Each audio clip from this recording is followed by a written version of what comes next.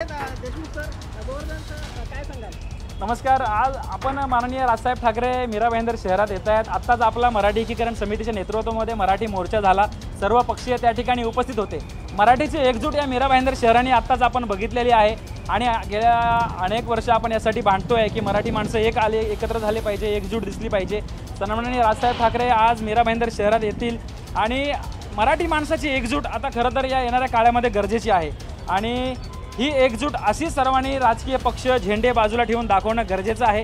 आज हा जरी पक्षाचा मेळावा असेल, पक्षाचा कार्यक्रम असेल, परंतु पक्ष बाजूला ठेवून मराठी माणसाने देखील एकमेकांना सहकार्य करण्याची भूमिका घेतली पाहिजे आणि आपण एक आहोत असा हा जो मीरा भाईंदर शहरामध्ये माजोरडेपणा कोणी दाखवतात त्यांना दाखवणं गरजेचं आहे। म्हणून मराठी एकीकरण समितीच्या माध्यमातून आम्ही आज आलेलो आहोत। मराठी एकीकरण समिती सन्माननीय राजसाहेब ठाकरेंचं स्वागत देखील या ठिकाणी करणार आहे।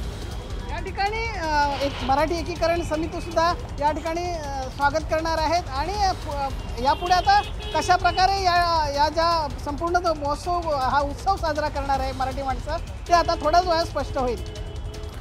निश्चित विजय, वेळोवेळी तुमच्याकडून अपडेट्स घेत राहू। धन्यवाद या सगळ्या माहितीसाठी।